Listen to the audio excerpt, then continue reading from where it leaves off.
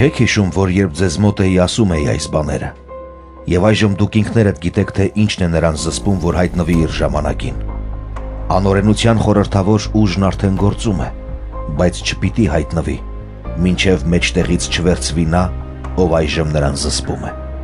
Ապա կհայտնվի անօրենը, որին Տեր Հիսուսը կսպանի իր բերանի շնչով եւ կոչնչացնի իր հայտնությամբ իր գալստյան ժամանակ։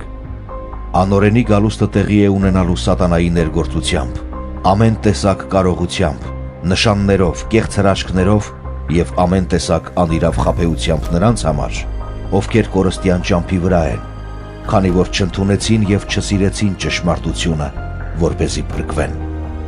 Դրա համար էլ Աստված նրանց մոլորության ներգործությանն է ենթարկում, որ հավատան ստին, որպեսզի դատապարտվեն բոլոր նրանք, ովքեր չհավատացին ճշմարտությանը եւ հաճույք փնտրեցին անօրենության մեջ։